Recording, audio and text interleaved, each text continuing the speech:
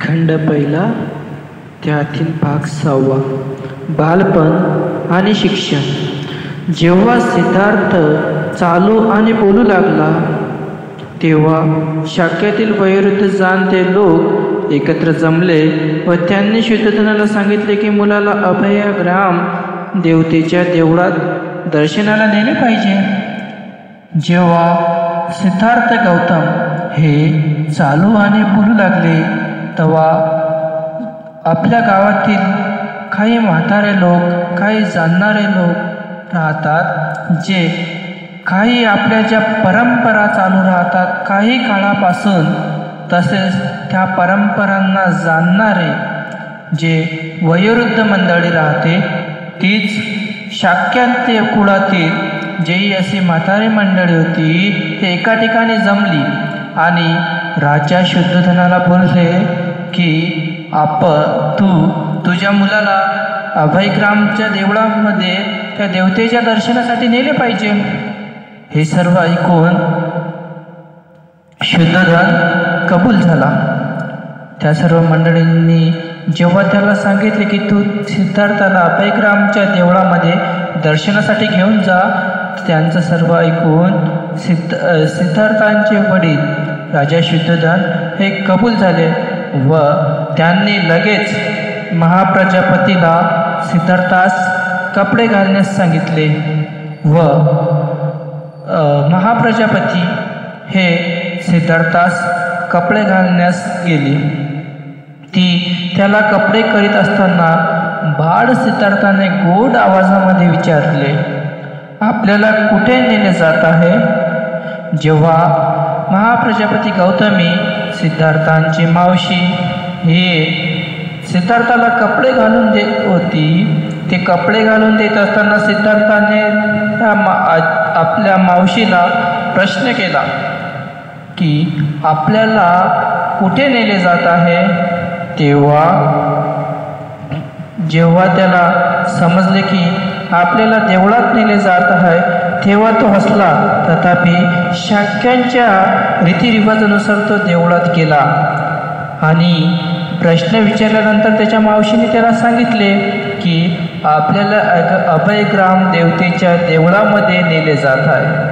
आणि जेव्हा त्याला समजले की आपल्याला देवळामध्ये नेले जात आहे हे कळल्यानंतर तो हसला आणि त्यांच्यासोबत त्या जे शाक्यांच्या रीतिरिवाजानुसार ज्या काही गोष्टी चालत होत्या त्या रीतिरिवाजानुसार तो चालण्यास तयार झाला व त्यांच्यासोबत दर्शनासाठी निघून गेले. वयाच्या 8व्या वर्षी सिद्धार्थाच्या विद्या अभ्यासात सुरुवात झाली. जेव्हा सिद्धार्थ हे 8 वर्षाचे झाले तेव्हापासूनच त्यांच्या अभ्यासासाठी, त्यांच्या विद्या प्रारंभासाठी सुरुवात झाली. महामायेचा स्वप्नाचा अर्थ सांगण्यासाठी शुद्धोधनाने ज्या 8 ब्राह्मणांना बोलावले होते व ज्यांनी सिद्धार्थांचे भविष्य कथन केले होते ते त्याचे प्रारंभीचे गुरु झाले. जेव्हा देवी महामायाला स्वप्न पडले आणि त्या स्वप्नाचा अर्थ बोध राजाला होत नव्हता तेव्हा त्यांनी 8 ब्राह्मणांना त्या स्वप्नांचा अर्थ कळविण्यासाठी आपल्या घरी बोलाविले आणि त्यांनी त्या स्वप्नाचा अर्थ उकलून सांगितला. तेव्हा कुठं राजाला त्या स्वप्नांचा अर्थ कळला आणि आता त्याच 8 ब्राह्मणांना बोलावून सिद्धार्थ गौतमाच्या विद्या प्रारंभात सुरुवात केली व ते 8 ब्राह्मण सिद्धार्थ गौतमाचे प्रारंभीचे गुरु ठरले.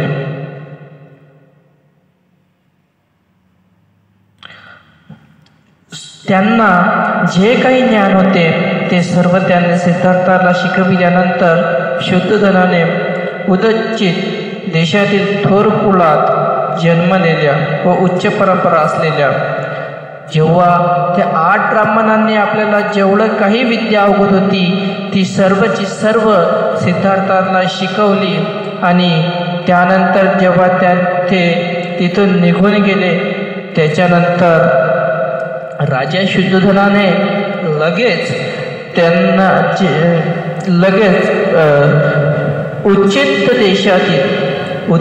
देशातील थोर कुळात जन्मलेल्या जो का उदीच देश होता त्यामध्ये जे थोर कुळ म्हणजेच जे मोठ्या नावाजलेले कुळ ज्याचं नाव हे दूर दूरपर्यंत चालते असे थोर कुळात जन्मलेल्या किंवा त्याची मान प्रतिष्ठा उच्च असलेल्या ज्यांचे मान सन्मान ज्या काळामध्ये जी वर्णव्यवस्था लादल्या गेली होती त्यांच्यामध्ये कनिष्ठ, श्रेष्ठ व सर्वश्रेष्ठ त्यामध्येच जे थोर कुळामध्ये जन्मलेले व उच्च परंपरा असलेल्या सप्तमित्राला बोलावून घेतले आणि उच्च कुळासोबतच त्यांच्या ज्या उच्च परंपरा चालत होत्या अशा थोर अशा सप्तमित्र नावाच्या सप्तमित्राला बोलावून घेतले. सप्तमित्र हा भाषाशास्त्र, व्याकरणशास्त्र, वेदांगे आणि उपनिषदे या सर्वात पारंगत होता. सप्तमित्र हा व्याकरणशास्त्र, भाषाशास्त्र, वेदांग ह्या सर्वांमध्ये तो पारंगत होता आणि हे सर्वांमध्ये पारंगत असल्यामुळे शुद्धोधनाने आपल्या मुलाला सुद्धा या सर्व गोष्टी ज्ञात असायला हव्या, आपल्या मुलांनी सुद्धा ह्या सर्व गोष्टी शिकून घेतल्या पाहिजे. त्यामुळे त्यांनी त्या सप्तमित्राला बोलावून घेतले व सिद्धार्थ गौतमास ह्या सर्व गोष्टी शिकवण्यास सांगितल्या आणि शुद्धोधनाने त्याच्या हातावर सुवर्ण कलशातून उदक प्रदान करून सिद्धार्थाला अध्ययनासाठी त्याच्या स्वाधीन केले. हा त्याचा दुसरा गुरु. आणि जेव्हा सप्तमित्र आला त्याच्या हाती सर्वप्रथम राजाने सुवर्ण कलशातून उदक प्रदान करून सुवर्ण केंद्रातील उदक प्रदान केले आणि त्यानंतर सिद्धार्थ गौतमाला त्याच्या स्वाधीन केले की आता तुला जेवढे काही माहिती आहे, जेवढं काही ज्ञान तुझ्याकडे आहे हे सर्व तू सिद्धार्थाला शिकव. म्हणजेच हा सिद्धार्थ गौतमाचा दुसरा गुरु ठरला. त्याच्यानंतर त्याच्या हाताखाली सिद्धार्थ गौतमाने तत्कालीन सर्व दर्शनशास्त्रे हे आत्मसात केली. त्याच्या हाताखाली लवकरच सिद्धार्थ गौतमाने जेवढी काही दर्शनशास्त्र होती हे लवकरात लवकर अंतर्ध्यान केली, लवकरच ती आत्मसात केली, लवकरच ते शिकून घेतली. याशिवाय त्यांनी आलार कलामाचा शिष्य भारद्वाज याच्याकडून ध्यान साधनेची विद्या संपादिली. भारद्वाजाचा आश्रम हे कपिलवस्तू इथेच होते. याशिवाय जे हे दोन गुरु त्यांचे ठरले, ह्या दोन गुरूंच्या शिवाय एक तिसरे गुरु सुद्धा तथागत भगवान बुद्धांचे होते.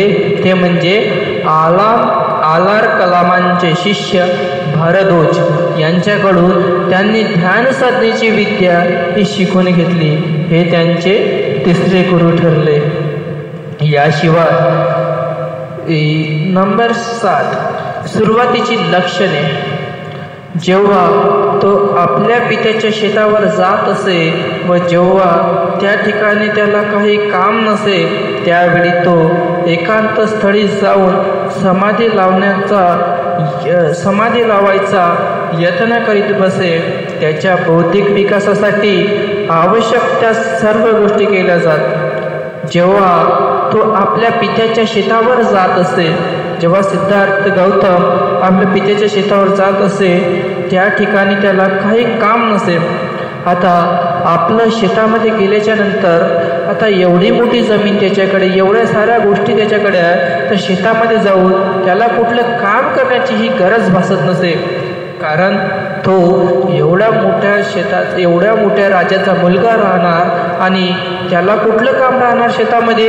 तर शेतामध्ये गेल्यानंतर त्याला कुठलंच काम राहत नसे.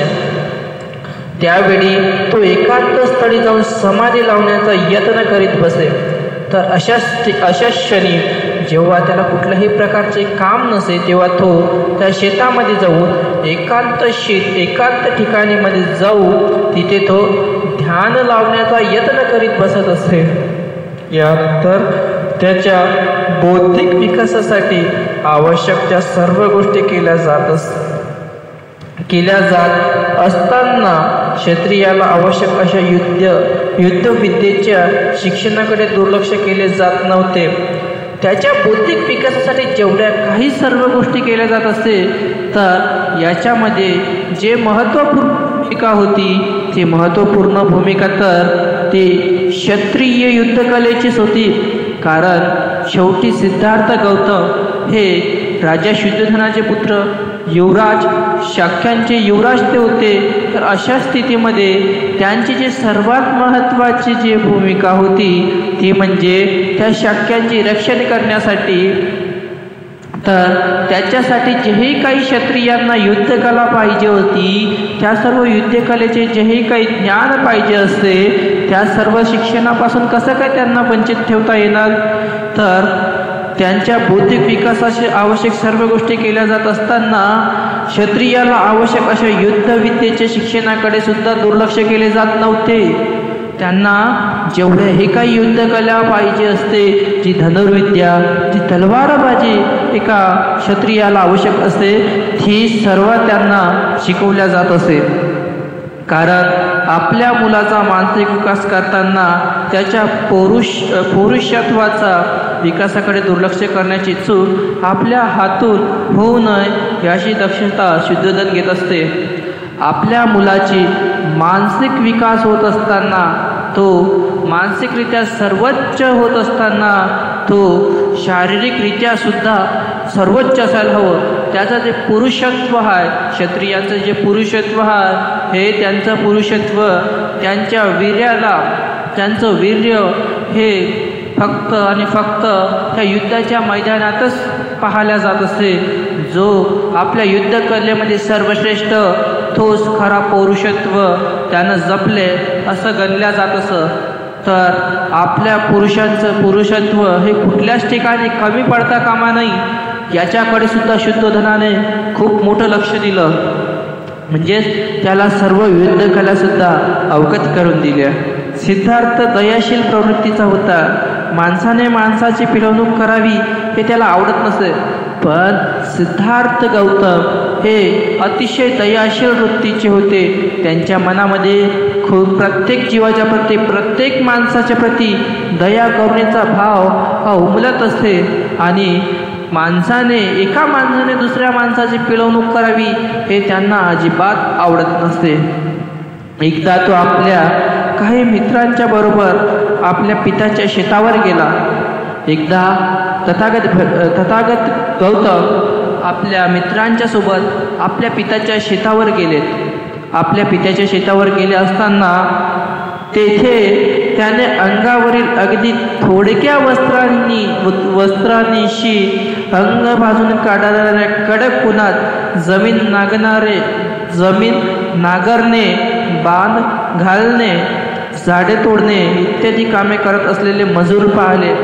आणि जेव्हा ते आपल्या मित्रांसोबत आपल्या पित्याच्या शेतावर गेले तेव्हा त्यांना दिसले की आपल्या शेतामध्ये मजूर वर्ग हा काम करत आहे. त्यांच्या अंगावरती हे छोटेसेच कपडे आहे आणि ऊन पाहतो तर हे अंगाला भाजून टाकणारी अशी ऊन तापत आहे. अशा कडक तळपत्या उन्हात जे माणसाच्या शरीराला जाळून टाकेल अशा ह्या तळपत्या उन्हामध्ये हा सर्व मजूर वर्ग काम करत आहे. आणि हे सर्व पाहून त्याला अत्यंत दुःख झाले. जेव्हा हे झाडे तोडणे, बांध घालणे, जमीन नांगरणे हे सर्व काम तो मजूर त्या ठिकाणी करत असते. ते दृश्य पाहून तो अतिशय हळहळला. त्याचं हृदय हे करुणेने भरून आलं. त्याचं मन हे अत्यंत असं तीव्र ते ऊन, ते सूर्याची ऊन तर त्या मजुराच्या अंगाला ज्याप्रमाणे ते मजुराच्या अंगाला भाजत असे, तसंच ते दृश्य पाहून सिद्धार्थ गौतमाचं हृदय हे भाजल्यागत झालं. तो आपल्या मित्रांना म्हणाला, एका माणसाने दुसऱ्याची पिळवणूक करावी हे योग्य काय?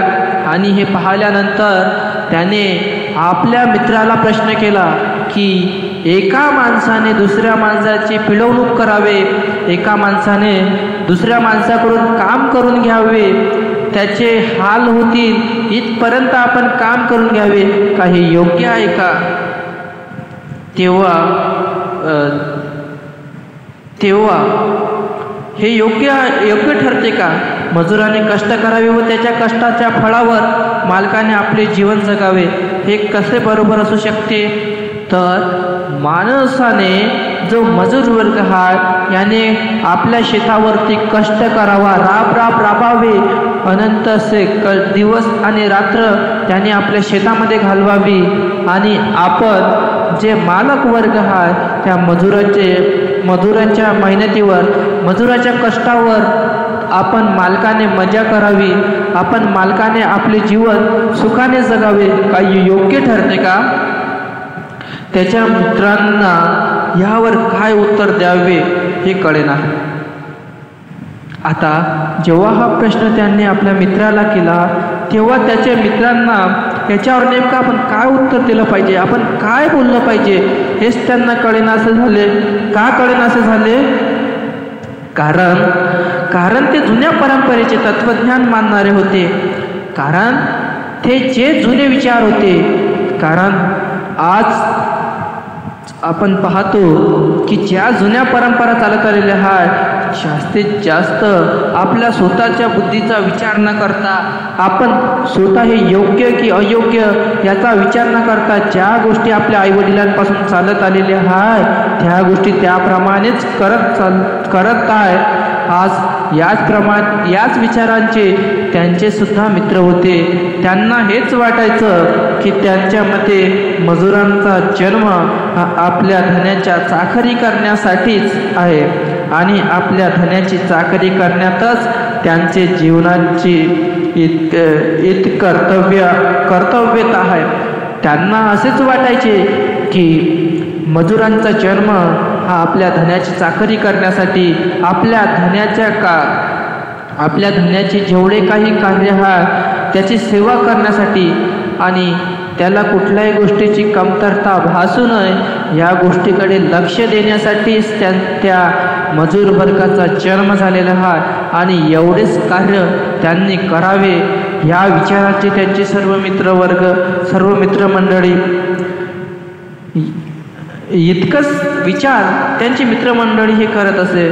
शाक्य लोक व प्रमंगल नावाचा एक उत्सव साजरा करीत असत.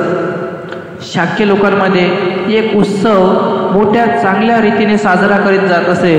त्या उत्सवाचे नाव हे प्रमंगल नावाचा एक उत्सव जे शाक्य मोठ्या उत्सव साजरा करत असे. हा ग्रामीण लोकांनी धान्याच्या पेरणीच्या दिवशी साजरा करावायचा उत्सव होता. हा उत्सव ज्या दिवशी आपल्या शेतामध्ये पेरणी केल्या जात असते त्या पेरणीच्या दिवशी साजरा केला जाणारा हा उत्सव आहे. उत्सव ते साजरा करत असते. काय केलं जात असं या उत्सवामध्ये नेमकं? तर शाक्य लोकांच्या प्रथेनुसार ह्या दिवशी प्रत्येक शाक्याला स्वतः आपल्या हाताने जमीन नांगरणे भाग पडत असे. ह्या उत्सवाच्या दिवशी जेवढेही काही शेताचे मालक होते, जेवढेही काही शेती करणारे लोक होते, जे शेताचे मालक होते, त्यांनी स्वतः शेतामध्ये येऊन स्वतःच्या हाताने नांगरणी करून, स्वतःच्या हाताने पेरणी करून घेणे, हे असं या उत्सवाचा हेतू असे की प्रत्येकाने आपल्या शेतामध्ये स्वतःच्या हाताने पेरणी करावी, असा ह्या उत्सवाचं महत्त्व होतं. आणि सिद्धार्थ या प्रथेचे नेहमी पालन करत असते. तो स्वतः नांगर करत असे आणि सिद्धार्थ गौतम यांना हा उत्सव अतिशय प्रिय होता. ते स्वतः आपल्या हातामध्ये नांगर घेत असे, स्वतः नांगर हातामध्ये घेऊन स्वतः संपूर्ण वावर जोतत असे, स्वतः पेरणी करत असे. त्यांना हा उत्सव अतिशय प्रिय असे. जरी तो विद्वान होता तरी त्याने शारीरिक श्रमाचा कधीही तिरस्कार केला नाही. तथागत गौतम हा जरी विद्वान होता, जरी त्याची विज्ञानता, जरी त्याची बुद्धिमत्ता ही विशाल होती, तरी त्याने कधीही शारीरिक कामाचा कधीही तिरस्कार केला नाही. त्याने शारीरिक श्रमाला सुद्धा तितकेच महत्त्व दिले. तो क्षत्रिय कुळात जन्मलेला होता आणि त्याला धनुर्विद्येचा आणि इतर शस्त्र चालविण्याचे शिक्षण मिळाले होते. परंतु दुसऱ्याला निष्कारण इजा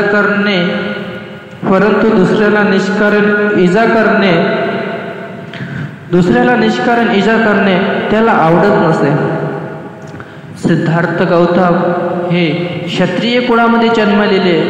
त्यांना जेवढेही काही शस्त्रविद्या होते, तलवार चालवणे, धनुर्विद्या किंवा अजूनही जेवढे काही शस्त्र चालवण्याचा अभ्यास असे, तो सर्व त्यांना अवगत होता.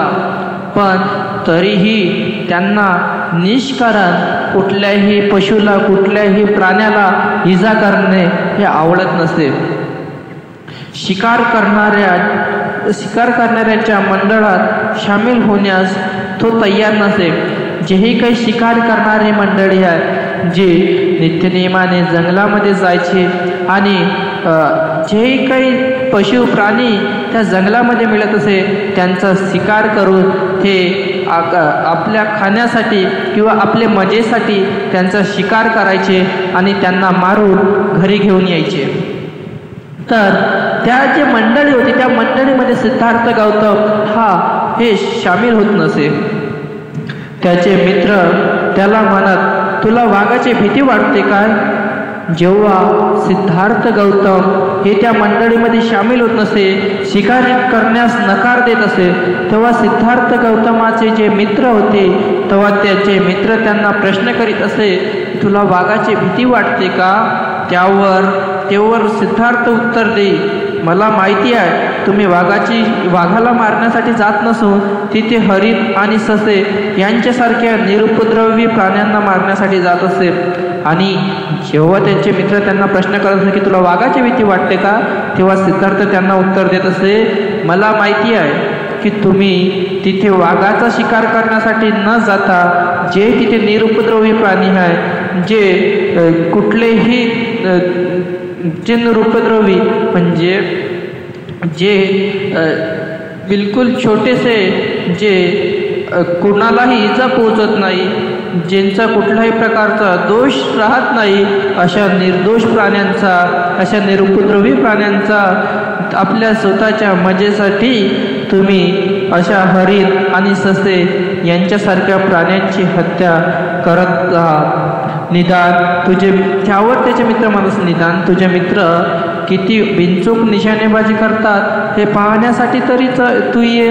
त्याचे मित्र त्याला आग्रह करीत जेव्हा सिद्धार्थ त्यांना उत्तर देई, तेव्हा त्याचे मित्र त्याला बोलत असते, निदान तुझे मित्र किती बिनचूक निशाणेबाजी करतात हे पाहण्यासाठी तरी तू चल.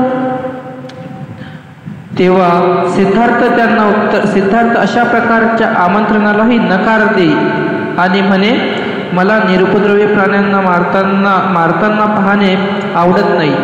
तेव्हा सिद्धार्थ त्यांच्या जे आमंत्रण असते त्या आमंत्रणांचा नकार देऊन बोलत असते की मला अशा निरुपद्रवी प्राण्यांना, अशा निर्दोष प्राण्यांना मारताना पाहणे सुद्धा आवडत नाही, त्यामुळे मी तुमच्यासोबत येत नाही. सिद्धार्थाच्या ह्या प्रत्युत्तरामुळे प्रजापती गौतमी अतिशय चिंताग्रस्त होत असते आणि सिद्धार्थ जेव्हा अशाप्रमाणे वागत असे, अशाप्रमाणे त्याच्या मित्रांना सांगत असे आणि हे जेव्हा गोष्ट महाप्रजापती गौतमीला कळाली, तेव्हा सिद्धार्थ गौतमाच्या अशा वागण्यामुळे जी महाप्रजापती गौतमी होती ती अतिशय चिंताग्रस्त झाली. त्यांच्याशी वाद घालताना ती म्हणे, तू विसरतोस की तू क्षत्रिय आहेस, लढणे हा तुझा धर्म आहे. तेव्हा चिंताग्रस्त होऊन महाप्रजापती सिद्धार्थ गौतमाला प्रश्न करीत असे, त्याला सांगत असे की तू विसरतोयस की तू क्षत्रिय आहेस आणि क्षत्रियांचा धर्म क्षत्रिय आहेस आणि क्षत्रियांचा धर्म लढाई करणे आहे. लढणे हा क्षत्रियांचा धर्म आहे आणि लढण्यासाठी शिकारीच्या मार्गाने युद्धविद्येत निपुणता प्राप्त होते, कारण शिकारीने अचूक नेमबाजी शिक्षण मिळत असते आणि जे युद्ध करण्यासाठी आपल्याला अचूक निशाणेबाजी पाहिजे असते आणि ती निशाणेबाजी हे शिकारीच्या मार्गातूनच आपल्याला त्याच्यावरती चांगला हात आपला बसवता येतो. आपली निशाणेबाजी ही चांगली सुदृढ त्याच्यामध्ये वाढ होत असते की चांगली आपली निशाणेबाजी एकदम तेज आणि जी बिनचूक निशाणेबाजी ज्याला आपण म्हणतो ती बिनचूक निशाणेबाजी होत असते. कशाच्या माध्यमातून? शिकारीच्या माध्यमातून. शिकारी हे क्षत्रियांचे विद्येचे शिक्षण घेण्याचं एक क्षेत्र आहे. जे शिकारी हे क्षत्रियांच्या युद्धकलेमध्ये युद्ध कौशल्यामध्ये माहीर होण्याचं एक शिक्षण क्षेत्र आहे. या शिकारीच्या माध्यमातूनच आपण आपल्या युद्धकलेमध्ये एक उच्चता गाठू शकतो. सिद्धार्थ नेहमी गौतमीला विचारत असे, पण आई, क्षत्रियांना लढावे तरी का लागते? तर यावर सिद्धार्थ गौतम नेहमी महाप्रजापतीला प्रश्न विचारत असते की आई, पण आपण क्षत्रिय आहोत हे बरोबर आहे, पण हे क्षत्रियांना नेमकं लढावं का लागते? आणि गौतमी उत्तर देई, तो त्यांचा धर्म आहे. आणि गौतमीने उत्तर दिले की तो त्यांचा धर्म आहे. त्यावर तिच्या उत्तराने सिद्धार्थांचे समाधान होत नसे. आईने एवढे महाप्रजापती गौतमीने एवढे बोलले की लढणे हा क्षत्रियांचा धर्म आहे. त्या उत्तराने मात्र सिद्धार्थ गौतमाचं समाधान होत नसे. तो गौतमीला विचारे मला असे सांग की माणसाला मारणे हा माणसाचा धर्म कसा होऊ शकतो? त्यावर पुन्हा सिद्धार्थ प्रश्न करीत असे की माणसालाच मारणे हा नेमका माणसाचा धर्म कसा काय असू शकतो? गौतमी उत्तर देई, ही प्रवृत्ती एखाद्या संन्याशाला योग्य आहे. त्यावर गौतमी म्हणत असे की ही जे अशा प्रकारचं वागणं आहे, जे तू अशा प्रकारचे प्रश्न करत आहे की माणसाला मारणे माणसाचा धर्म कसा काय, किंवा हे जे तुझं वागणं आहे असं वागणं एका संन्याशाला शोभते. पण क्षत्रियाने लढलेच पाहिजे. जर ते लढणार नाही तर राज्याचे संरक्षण कसे करता येईल? जर क्षत्रिय हे लढलेच नाही तर त्यांच्या राज्याचं संरक्षण कोण करणार? संरक्षण कसा काय होईल त्यांच्या राज्याचं? पण आई, त्यावर सिद्धार्थ विचारत असे किंवा सांगत असे, पण आई, जर सगळे क्षत्रिय एकमेकांवर प्रेम करू लागले, जर हिंसा न करता ते आपल्या राज्याचे रक्षण करू शकणार नाहीत का? पण आई, जर सगळे क्षत्रिय एकमेकांवर प्रेम करू लागले, जर सर्व क्षत्रियांनी एकमेकांवरती प्रेम केलं, एकमेकांच्या प्रति मैत्री भावना उत्पन्न केली, सर्वांनी मैत्री भावनेने आपलं एकमेकांच्या प्रति जगू लागले, तर हिंसा न करता म्हणजे कुठल्याही प्रकारची मारहाण न करता ते आपल्या राज्याचे रक्षण करू शकणार नाही का? तर त्यांना लढायची आवश्यकता काय पडणार? मग कशी काय राज्याची मग त्यांना तर आपोआपच त्यांच्या राज्याचं संरक्षण होईल. यावर गौतमी मात्र निरुत्तर होईल. आणि जेव्हा सिद्धार्थ असं बोलत असेल त्यावर गौतमीकडे कुठल्याही प्रकारचं उत्तर राहत नसे. यावरती सर्वथा निरुत्तर होईल. तो आपल्या मित्रांना आपल्या बरोबर बसून समाधी लावण्यास उद्योग करण्यास प्रयत्न करी. तो आपल्या मित्रांना आपल्याबरोबर बसून त्यांना समाधी लावण्यास बसवीत असे, त्यांना उद्योग करत असे, त्यांचा प्रयत्न करीत असे, त्यासाठी तो योग्य असे आसन घालून बसण्याचे त्यांना शिकवित असे. तो त्यांना एखाद्या विषयावर चित्त एकाग्र करण्यास शिकवित असे. आणि सिद्धार्थ गौतम हे आपल्या मित्रांना ध्यान समाधीचा मार्ग शिकवित असे. त्यांना एका जागी बसून त्यांना कुठल्याही एका विषयावरती आपलं चित्त एकाग्र करण्यास सिद्धार्थ गौतम हे त्यांना शिकवित असे. कुठले विषय राहत होते ज्यांच्यावरती ते त्यांना चित्त एकाग्र करावयास लावत होते, तर ते विषय असे होते की मी सुखी व्हावे, त्यानंतर माझे आप्तेष्ट सुखी व्हावे, माझे परिवारजन हे सुखी व्हावे, सर्व प्राणी मात्र सुखी व्हावेत आणि हे जेवढेही काही प्राणी मात्र आहे हे सर्व सुखी व्हावे. अशा प्रकारचे विचारांनी ध्यान करीत निवड करण्याविषयी तो त्यांना उपदेश करी. असे काही विषय देऊन तो त्या आपल्या मित्रांना उपदेश करी की अशा प्रकारे आपण ध्यान केलेच पाहिजे. परंतु त्यांचे मित्र या गोष्टीला महत्त्व देत नसत. ते सिद्धार्थ गौतमाचे जे मित्र होते ते या गोष्टीला महत्त्व देत नसे. ते या कुठल्याच प्रकारच्या गोष्टीला महत्त्व, त्यांच्यासाठी ह्या सर्व गोष्टी महत्त्वहीन होत्या. ते त्यांची हसून थट्टा करत.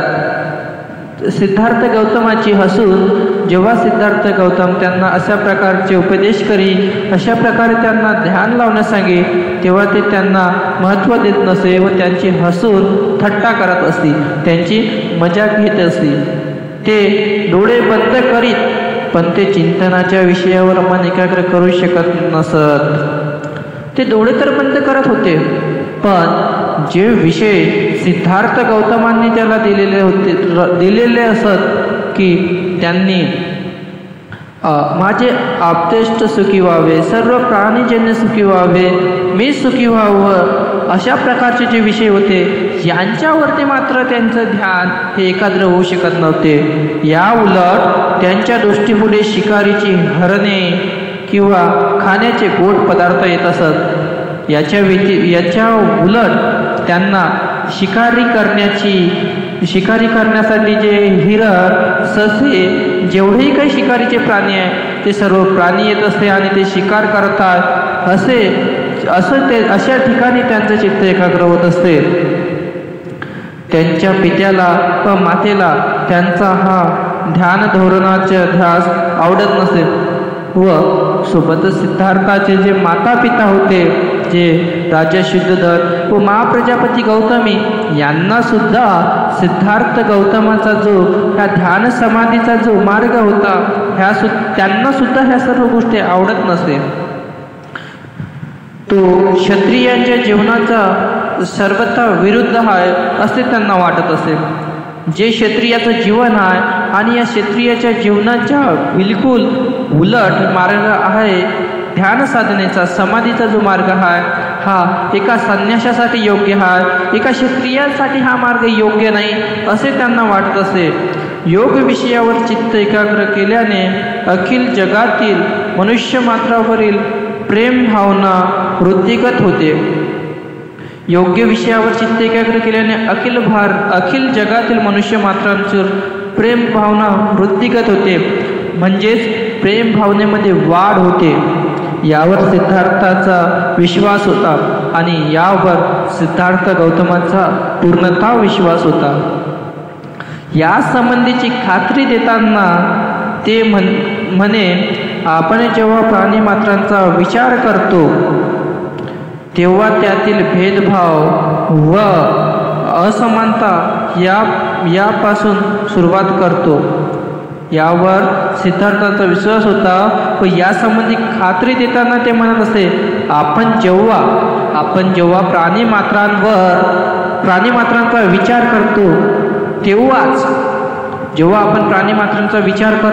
तेव्हाच त्यातील जे भेदाभेद आहे त्यांच्यामध्ये असलेले जे भेदाभेद आहे व असमानता, जी भेदाभेद आणि असमानता आहे यापासून सुरुवात करतो.